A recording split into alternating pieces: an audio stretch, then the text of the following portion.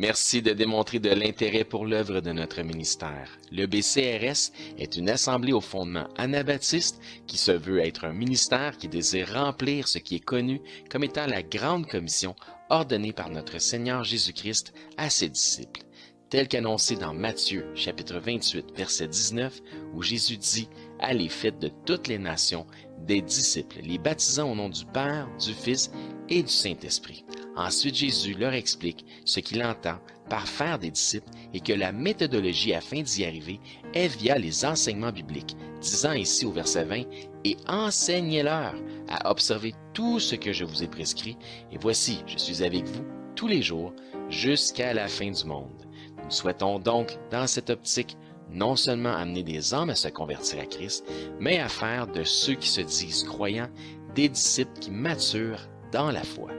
Nous nous efforçons donc toujours, aussi dans cette optique, d'enseigner les Écritures selon une saine doctrine biblique, en suivant des règles de compréhension et d'interprétation strictes. Nous démontrons un immense respect, une entière révérence envers la sainte parole de Dieu, en nous assurant de ne pas lui donner des interprétations particulières, quitte à dénoncer les théologies et les hérésies malsaines qui sont, selon, des doctrines d'hommes.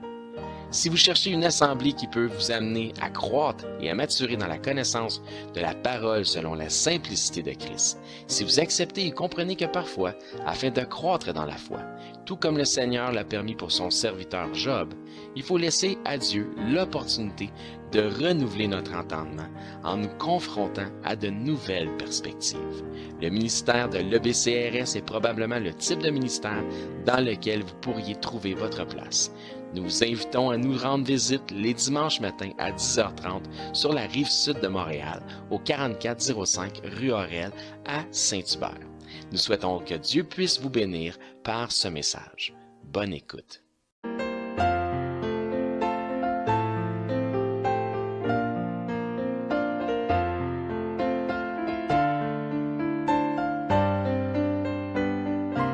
Donc, bonjour tout le monde et bienvenue à l'Église baptiste centrale de la Rive-Sud. C'est le fun de vous voir ce matin. Aujourd'hui, on va avoir notre second message en duo. Donc, c'est le frère de l'autre. Donc, il y en a un qui a commencé le bal le mois passé.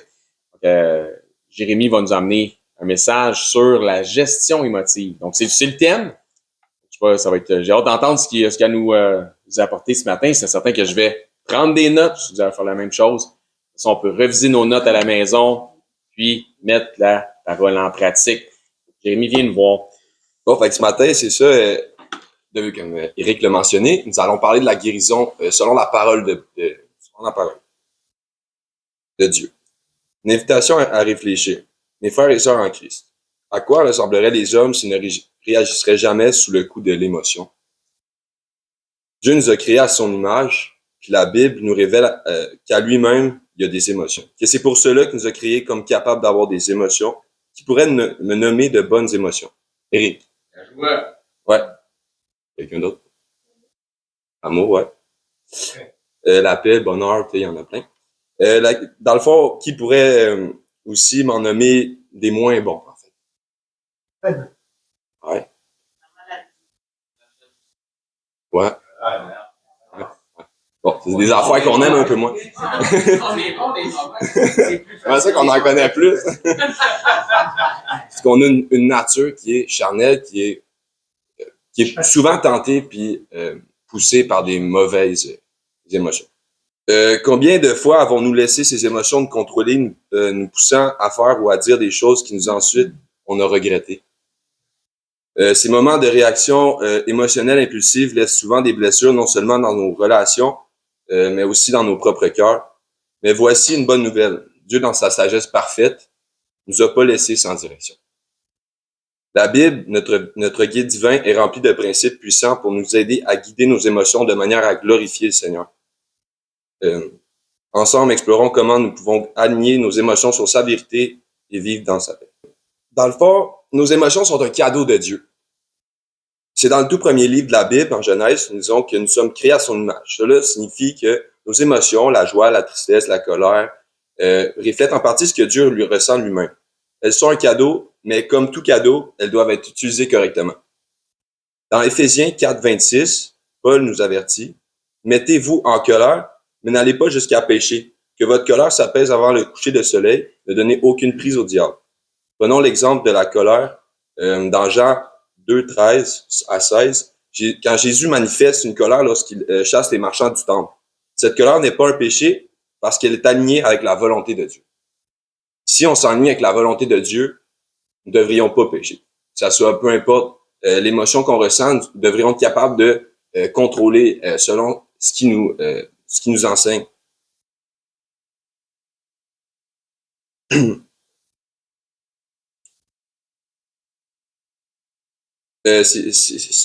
C'est possible d'éprouver de la colère, des péchés sans péché, mais que cette émotion doit être maîtrisée rapidement. Si elle persiste, elle peut nous conduire à l'amertume, au ressentiment, des émotions qui détruisent notre paix et nos relations. Vos émotions ne doivent pas dicter vos décisions. Nous vivons dans une société qui dit « suis ton cœur, fais ce que tu ressens ». Mais que nous dit la parole de Dieu? Dans Jérémie 17, 9, il est écrit « Le cœur est tortueux par-dessus tout, il est méchant. Qui peut le connaître? » Nos émotions, bien qu'importantes, ne sont pas fiables. Et pour prendre des décisions, si nous nous laissons guider par elles, nous risquons de faire de fausses routes. Si nous succombons à la tentation et commençons à prendre plaisir à entretenir cette situation, David nous avertit dans le psaume 7, verset 15, « Celui qui médite un mauvais coup porte en lui le malheur et l'accouche du mensonge. » David utilise aussi une autre image. Il parle de creuser un trou profond et de tomber soi-même dans le piège tendu. Prenons un autre exemple, la peur. La peur est une émotion naturelle, mais elle peut devenir paralysante. Combien de fois avons-nous hésité à obéir à l'appel de Dieu ou à poursuivre un rêve à cause de la peur? Pourtant, Dieu ne veut pas que nous vivons dans la crainte. Dans 2 Timothée 1 à 7, Paul déclare « Car ce n'est pas un esprit de timidité que Dieu nous a donné, mais un esprit de force, d'amour et de sagesse. » Dieu nous a donné la force, le courage pour avancer, même lorsque nos émotions nous disent de reculer. Deutéronome 31, 8. Ici, l'Éternel marchera lui-même avec toi, devant toi, il sera lui-même avec toi, il ne te délaissera pas et ne t'abandonnera point, ne crée point et ne t'effraie point. Humiliez-vous et confiez vos émotions à Dieu. Dans 1 Pierre 5, 6 à 7, nous trouvons un conseil précieux. Humiliez-vous donc sous sa puissante main, afin qu'il vous élève au temps convenable. Et déchargez-vous sur lui de tous vos soucis, car lui-même prend soin de vous. Ces versets nous rappellent que nous ne sommes pas seuls face aux émotions. Lorsque nous ressentons de l'anxiété, de la tristesse, de la colère, nous pouvons les confier à Dieu, car lui-même prend soin de nous. Pierre continue avec un avertissement dans les versets 8 à 9. « Soyez sobres, veillez. Votre adversaire, le diable, rôde comme un lion rugissant, cherchant qui il dévorera. Résistez-lui avec foi ferme. » Cela signifie que lorsque nous laissons nos émotions nous contrôler, nous devenons vulnérables aux attaques de l'ennemi, mais Dieu nous appelle à être vigilants et à rester fermes avec foi. Y a-t-il quelqu'un qui est capable de lire Éphésiens 6, 10 à 18? Bonjour, c'est moi Olivier, je m'occupe du montage. Comme vous l'avez entendu, Jérémie a demandé à quelqu'un de l'Assemblée de lire Éphésiens chapitre 6 du verset 10 au verset 18. Parce que sur la vidéo on n'entendait strictement rien, j'ai pris la liberté de vous lire ces versets de mon studio. Alors je commence. Au reste, fortifiez-vous dans le Seigneur et par sa force toute puissante. Revêtez-vous de toutes les armes de Dieu afin de pouvoir tenir ferme contre les ruses du diable.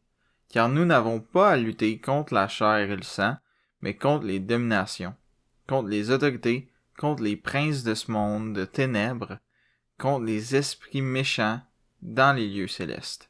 C'est pourquoi prenez toutes les armes de Dieu afin de pouvoir résister dans le mauvais jour et tenir ferme après avoir tout surmonté.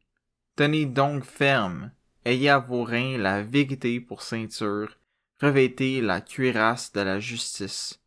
Mettez pour chaussure à vos pieds le zèle que donne l'évangile de paix. Prenez par-dessus tout cela le bouclier de la foi, avec lequel vous pourrez éteindre tous les traits enflammés du malin. Prenez aussi le casque du salut et l'épée de l'esprit, qui est la parole de Dieu. Faites en tout temps, par l'esprit, toutes sortes de prières et de supplications. Veillez à cela avec une entière persévérance et priez pour tous les saints. Donc ça, c'est la meilleure protection que l'on puisse avoir contre les attaques de l'ennemi, qui est l'armure du salut. Dans 1 Pierre 5, 10 à 11, il nous donne une promesse incroyable. Le Dieu de toute grâce qui vous a appelé en Jésus-Christ à sa gloire éternelle, après que vous aurez souffert un peu de temps, qu'il vous perfectionnera lui-même, vous affirmera, vous fortifiera, vous rendra inébranlable. À lui soit la puissance au siècle des siècles. Si nous voulons maîtriser nos émotions, nous devons remplir nos cœurs avec ce qui est bon. Dans Galates 5, 22, 23, on nous dit, mais le fruit de l'esprit, c'est l'amour, la joie, la paix, la patience, la bonté, la bienveillance, la foi, la douceur, la maîtrise de soi. Ces fruits ne viennent pas automatiquement. Ils sont cultivés par la prière, la méditation sur la parole, la dépendance au Saint-Esprit. Voici l'importance de la pratique de la parole de Dieu. Imaginez votre cœur comme un jardin.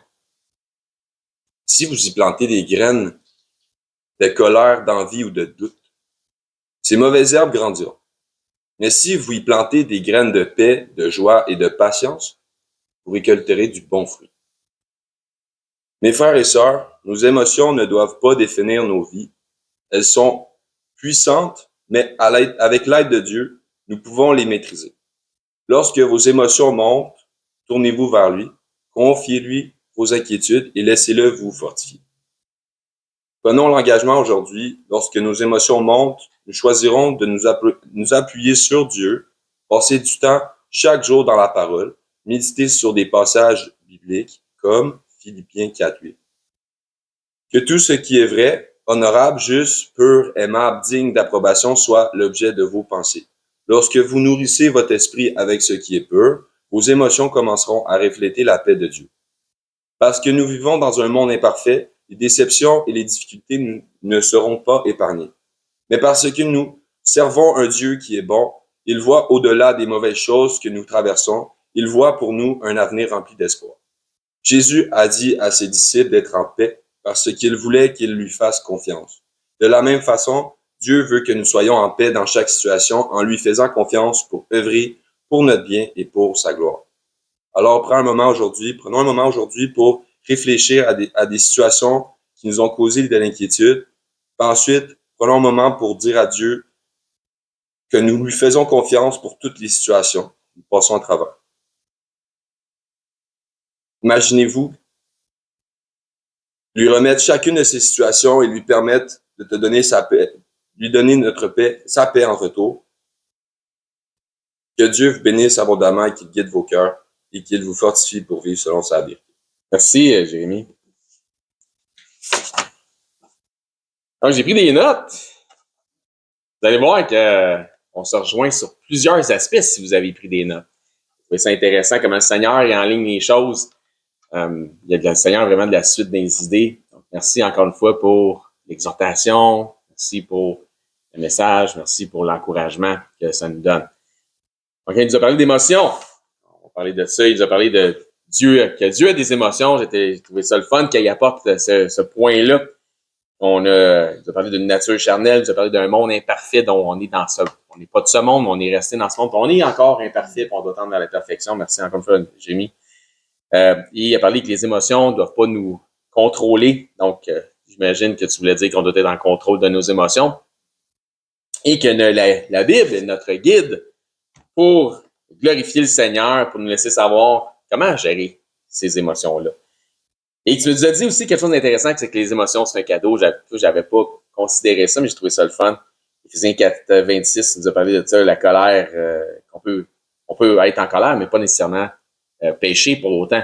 Donc, il y a une différence entre être en colère et être en colère et pécher. Donc, il peut y avoir une divine colère. Dieu, c'est un Dieu qui peut se mettre en colère, puis au jour du jugement, l'agneau sera en colère. Donc, ce qu'il a montré dans le temple, c'est de la petite gomme par rapport à ce qui s'en vient. Donc, ça, c'est vraiment intéressant aussi. Une colère divine versus une colère charnelle. Tu as parlé de ne pas suivre notre cœur. On va parler de ça dans le message, encore une fois, fausse.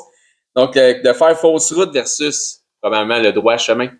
Tu nous as parlé de ça, tu nous as parlé de la peur qui paralyse, donc d'un esprit timide que le Seigneur nous a pas donné. Puis effectivement, quelqu'un irait pas peut-être à cet endroit-là. Ça dit que le Seigneur nous a pas donné un esprit de timidité, mais c'est exactement ce que ça veut dire. C'est que l'esprit de timidité démontre une crainte, une peur. Donc c'était très, très à propos. Même si le mot peur ne revenait pas là-dedans, c'est ce que ça manifeste. Donc merci d'être servi de ce passage-là. Donc, tu as parlé de protection contre l'ennemi. Je réitère des points parce que vous allez voir qu'on va vraiment suivre et de se rendre fort par Jésus-Christ. Le titre de ma partie serait « Sans murailles ». Donc, « Sans murailles ». Pour ma partie du message, encore une fois, je remercie Jérémie, nous allons lire 2 petits versets seulement où qu'on va puiser dans la sagesse des proverbes de Salomon. Et c'est dans le 25e proverbe de Salomon. Deux petits passages. On va lire le premier, puis le dernier verset du chapitre 25 des Proverbes de Salomon. Proverbe 25, verset 1, ça dit « Voici encore des proverbes de Salomon, recueillis par qui? Par les gens d'Ézéchias, Ézéchias qui était un roi en Juda. » Dans les Écritures, il nous est dit d'Ézéchias, dans 2 Rois 18:5, que parmi tous les rois de Juda, Ézéchias, il y en avait pas un qui était semblable à lui, ni avant, ni après. Et ça exclut Salomon et David, puisque on parle ici du split, lorsqu'il y a eu un split entre Juda puis Israël.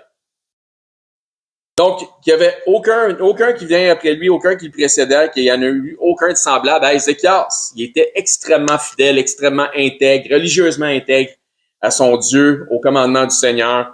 Donc, voici ce que cet homme d'exception, Ézéchias, avait retenu d'important concernant la sagesse de son patriarche, l'homme qui avait une sagesse vraiment supérieure, qui était Salomon. Donc, si on saute au verset 28, on va voir le dernier verset, ça dit « Comme une ville forcée », donc une ville qui est attaquée, et sans muraille. Le titre du message, « Sans muraille ». Et comme une ville forcée, donc qui est attaquée et sans muraille, donc qui est sans protection. Ainsi est l'homme qui n'est pas maître de lui-même. On parle de gestion émotive. Donc, ainsi est l'homme qui n'est pas maître de lui-même. Le sujet qui nous importe aujourd'hui, c'est celui de la gestion ou du contrôle émotif.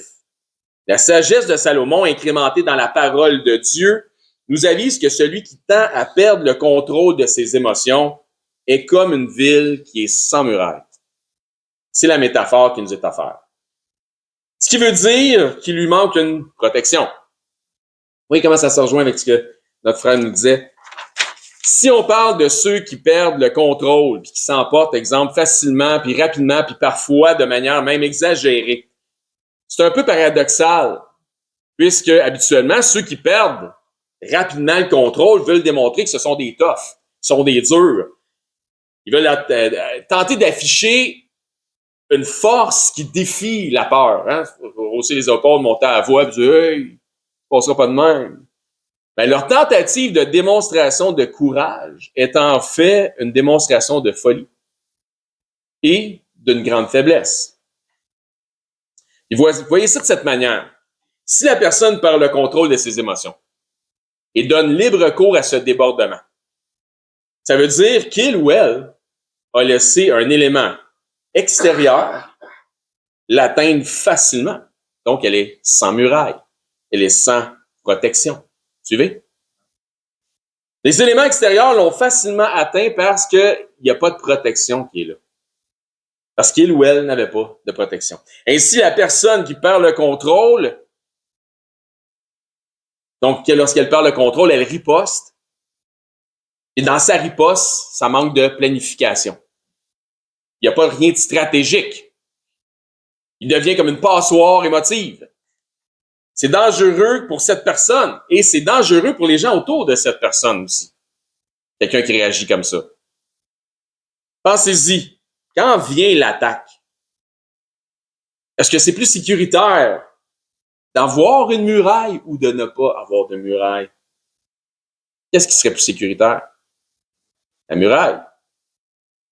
Sans muraille, t'es vulnérable. Donc, si la muraille est au minimum un gage de sécurité, l'absence de celle-ci est un gage de danger potentiel. Et c'est pour ça que je disais que c'est dangereux pour lui, mais c'est dangereux aussi pour elle et c'est dangereux pour les autres autour. Donc, l'absence de cette protection est un gage de danger potentiel. Dans le Proverbe 25-28, pour le répéter, comme une ville forcée et sans muraille, ainsi est l'homme, peut-être la femme aussi, qui n'est pas maître de lui-même. Le passage nous parle carrément d'être maître de soi. Il n'y a pas de siège, il n'y a pas à assiéger une ville, il n'y a pas de siège à entreprendre contre une ville qui est sans protection. Tu fais juste rentrer dedans et c'est fini. Suivez? Donc, ça signifie qu'elle est facilement prenable par qui? Par l'ennemi. Par l'ennemi. Donc, comme Franck nous disait, le diable, c'est comme un lion, notre ennemi, est comme un lion rugissant qui rôde, qui cherche qui c'est qui est en dehors de la muraille pour pouvoir l'attaquer comme une proie. Donc, de même, pour celui qui n'est pas maître de lui-même, il laisse la maîtrise à l'ennemi et devient, éventuellement, il lui sera assujetti à l'ennemi. C'est certain que ça va probablement au-delà de la maîtrise de ses émotions, mais pour les besoins de la cause, on va juste se concentrer sur le sujet parce que c'est notre sujet du message.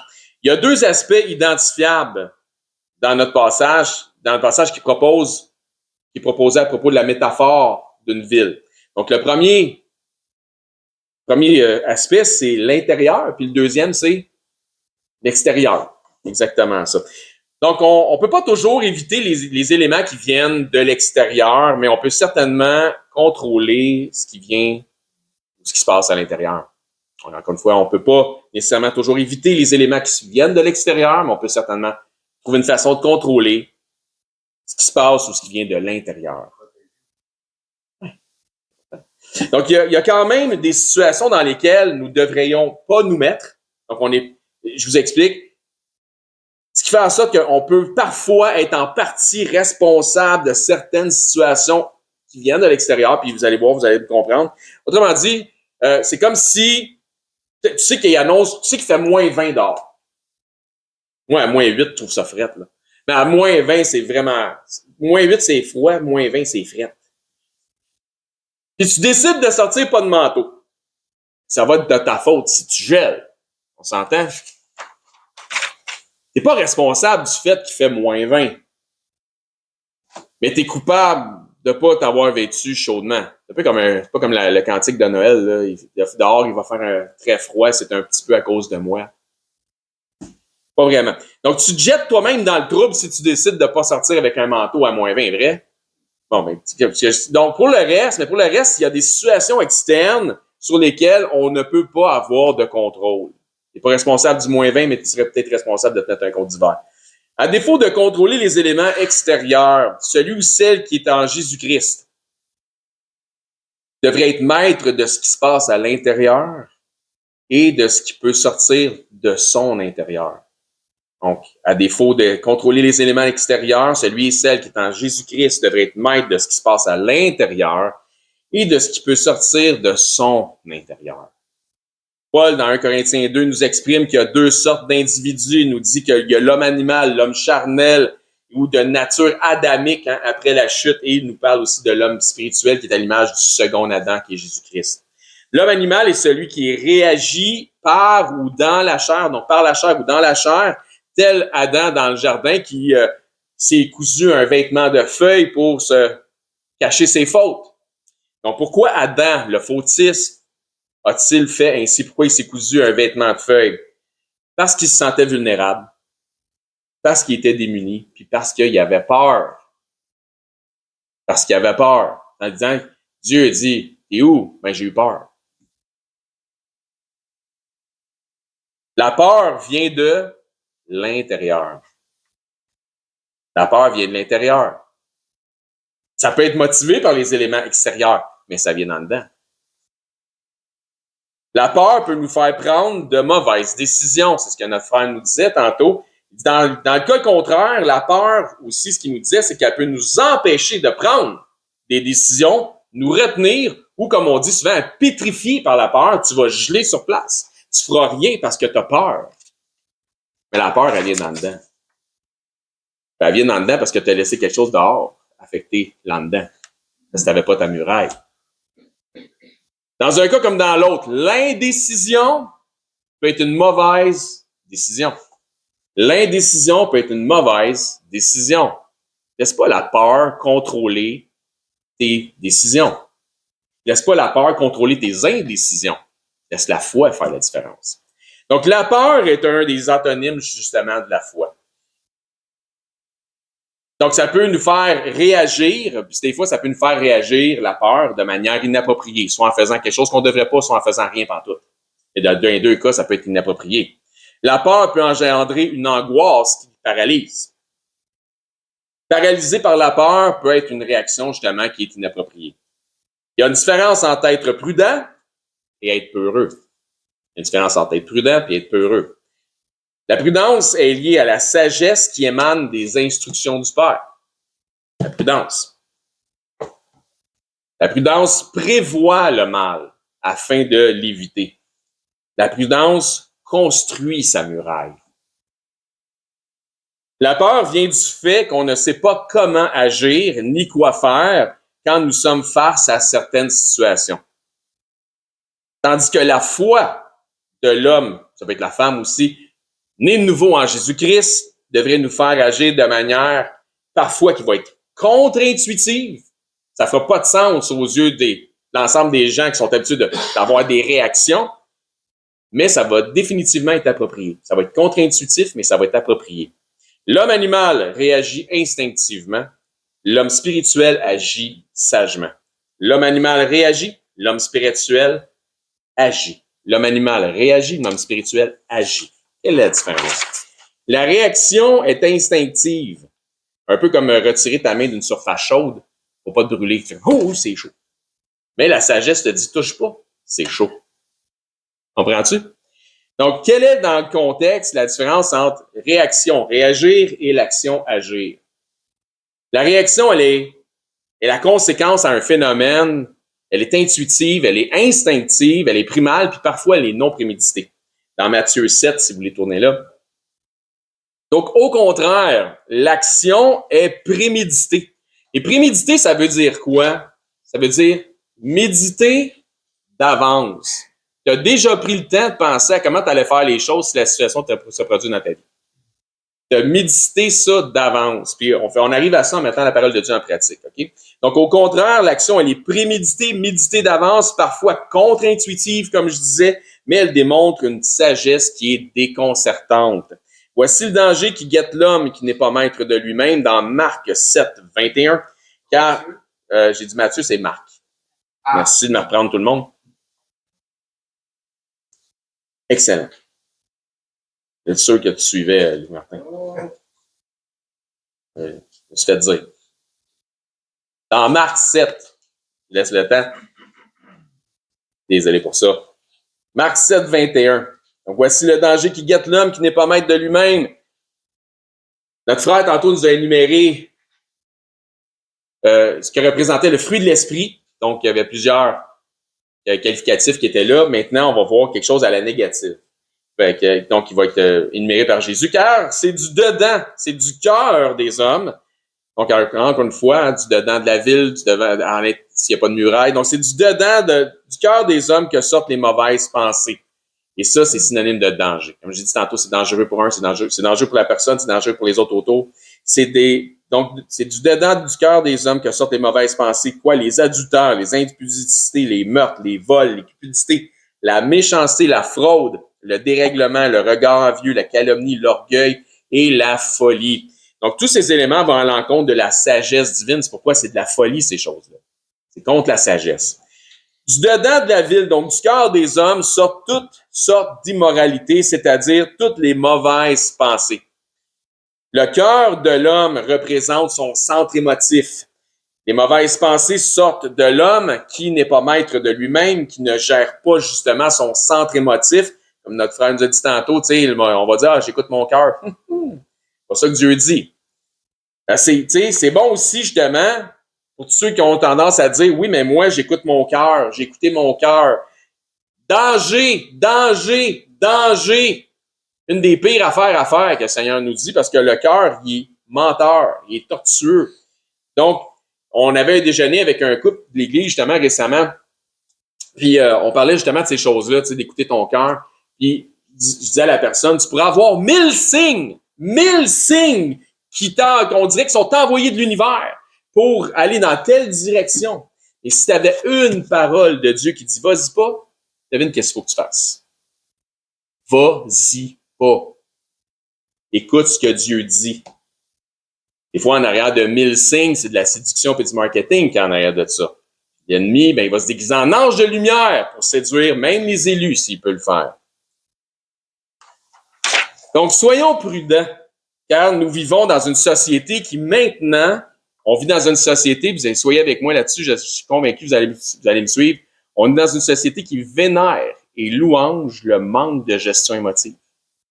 On est dans une société qui vénère et même qui louange le manque de gestion émotive, où tous ont maintenant le droit, toi, vous avez tous le droit d'être offensés si ton sens moral va à l'encontre des pratiques immorales de l'autre. Pas vrai? On est-tu rendu là? On est rendu là.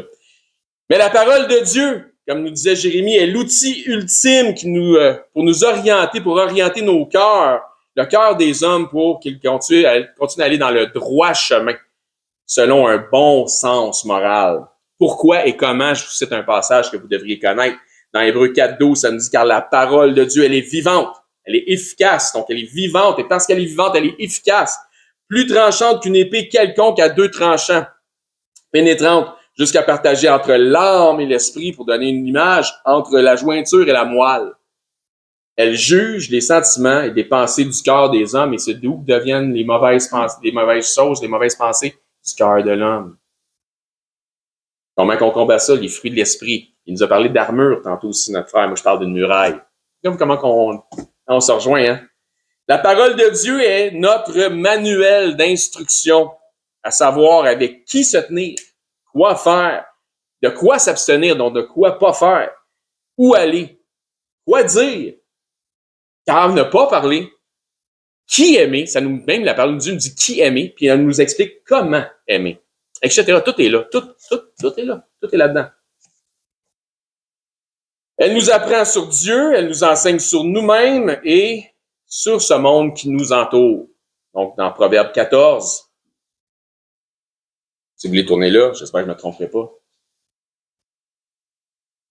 L'Évangile sauve des vies. Et la Bible, la parole de Dieu, transforme ces vies. En terminant, voyons justement un autre passage qui est lié à la sagesse de Salomon concernant une pauvre gestion émotive. Dans Proverbe 14, 29. Ça, c'est le genre d'affaires plates que je prêche, parce qu'après ça, je me fais dire à la maison que j'ai pas le droit de me fâcher, tu sais. Je fais pointer du doigt. Olivier, je le vois, il prend des notes mentales, là. Proverbe 14, 29. Celui qui est lent à la colère est une grande intelligence. Et celui qui est prompt à s'emporter, il fait quoi? Proclame sa folie. Un cœur calme est la vie du corps, mais l'envie est la carie des os. Non, mais gardez un cœur calme. C'est bon pour la santé de garder un cœur calme. À un moment donné, tu vas péter aux frettes si tu t'énerves trop. Non, nous ne sommes pas parfaits, comme nous disait Jérémie, hein, mais nous devons tendre vers la perfection et dans cette optique, le Seigneur nous appelle par la foi à avoir une saine gestion émotive. À gérer notre colère, comment? Par la douceur et par l'amour du prochain. À gérer notre colère par la douceur et par l'amour du prochain. À gérer nos peurs par la confiance. Confiance qui veut dire avec foi. À gérer nos mauvaises pensées par les standards que Dieu nous offre, les standards moraux que Dieu nous offre. À gérer notre bouche par la sagesse et la retenue. À gérer notre amertume, comment? Par le pardon. Comme Jérémie nous disait de ne pas avoir ce que tu sèmes, tu vas le récolter. Si tu sèmes des graines d'amertume, tu vas récolter de l'amertume. Puis le Seigneur nous dit dans les Écritures qu'il sème le vent, récolte la tempête. C'est un proverbe que le monde utilise qui vient carrément des Écritures. Et ne pas laisser l'ennemi nous envahir. Ne pas laisser l'ennemi nous envahir. Fortifiez votre ville. Fortifiez votre muraille. Comment? Pierre par pierre.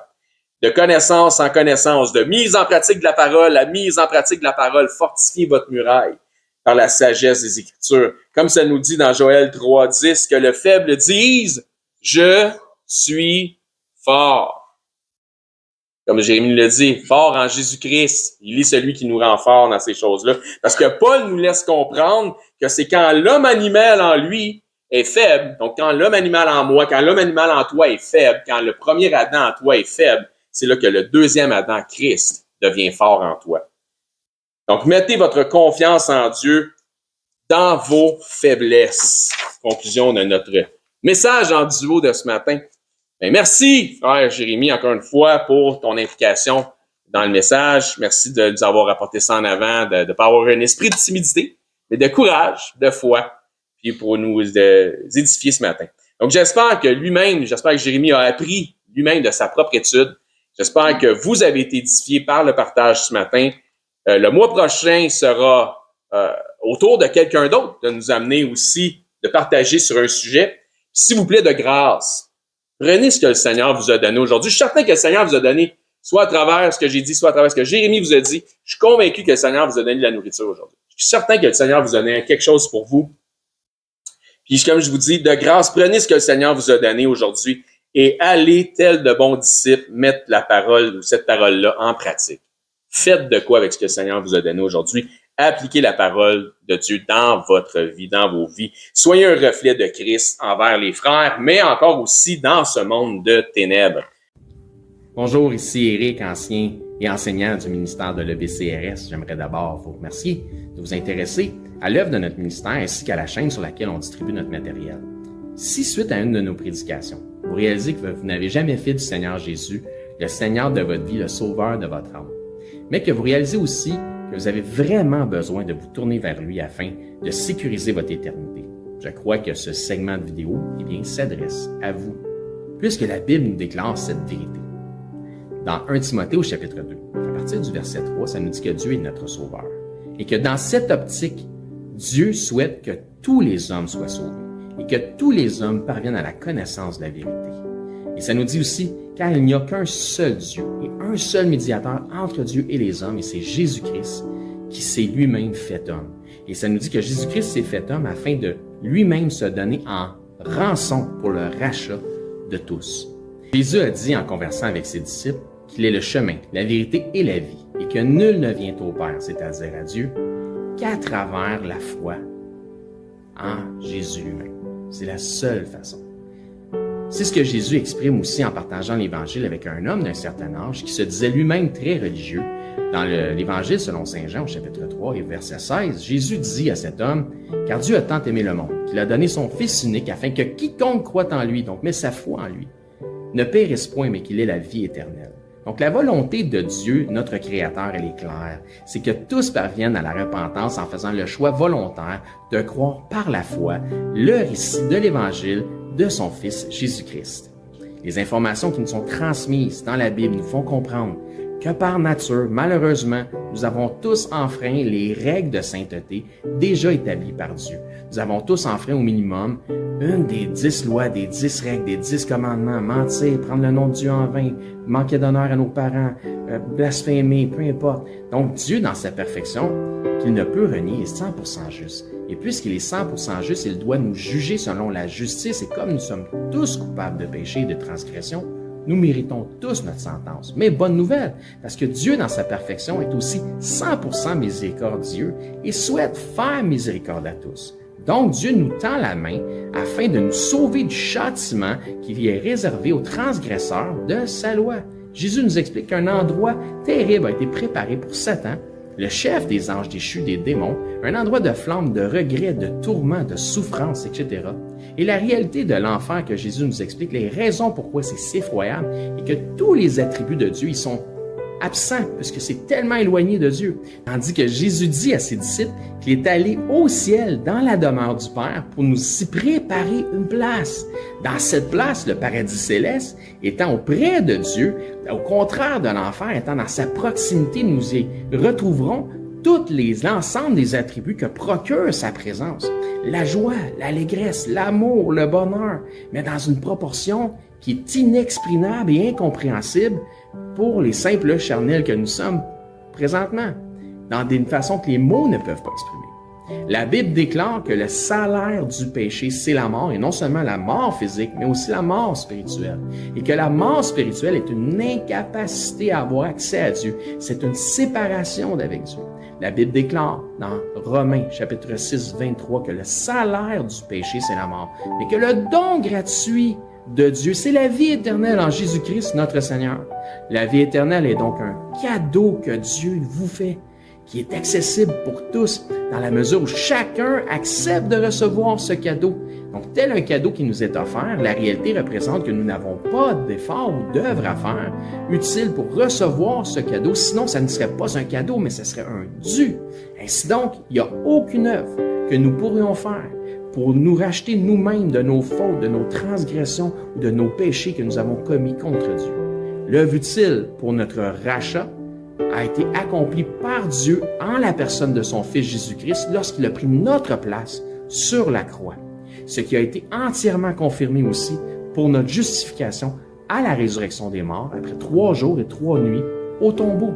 Ainsi donc, la Bible dit que pour être sauvé de la mort et de l'enfer, c'est-à-dire afin d'avoir la vie éternelle et notre place au ciel, il faut simplement mettre notre foi en Jésus-Christ, le Seigneur. La Bible dit « Crois au Seigneur Jésus et tu seras sauvé ». Mais croire au Seigneur Jésus, c'est important qu'on en parle. Croire au Seigneur Jésus a une signification. C'est simple, mais, comme je dis, important. Cela signifie de croire par la foi dans le récit de l'Évangile de son Fils. Puisque la Bible dit que l'Évangile est la puissance de Dieu pour le salut de quiconque croit.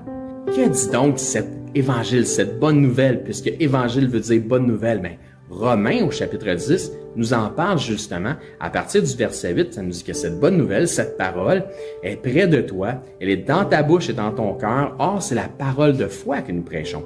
Si tu confesses de ta bouche que Jésus est le Seigneur et que si tu crois dans ton cœur que Dieu l'a ressuscité des morts, tu seras sauvé. Ça nous explique ensuite, car c'est en croyant du cœur qu'on parvient à la justice et c'est en confessant de la bouche qu'on parvient au salut, selon ce que dit les Écritures.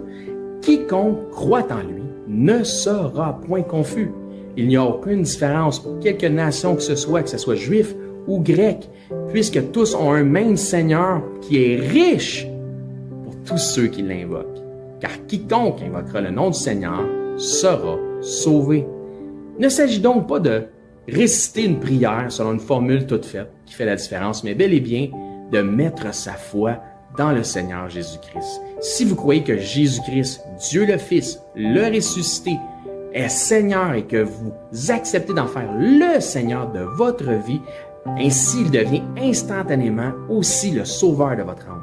Si tel est votre cas, gloire à Dieu, vous faites maintenant partie de son troupeau. En tant que nouveau disciple, ce qui est important maintenant, c'est de vous trouver premièrement un enseignant qui enseigne la vérité de la parole de Dieu. Et joignez l'assemblée où cet enseignant œuvre afin d'avoir part à l'amour des frères et de la famille en Christ. Si pour nous vous êtes local, c'est-à-dire par exemple 2 heures de transport et moins, eh bien venez nous voir, ça va me faire un plaisir de vous recevoir et nous pourrons parfaire votre éducation spirituelle selon une saine doctrine des Écritures. Donc c'est là-dessus que je vous dis, soyez bénis et je l'espère, à bientôt.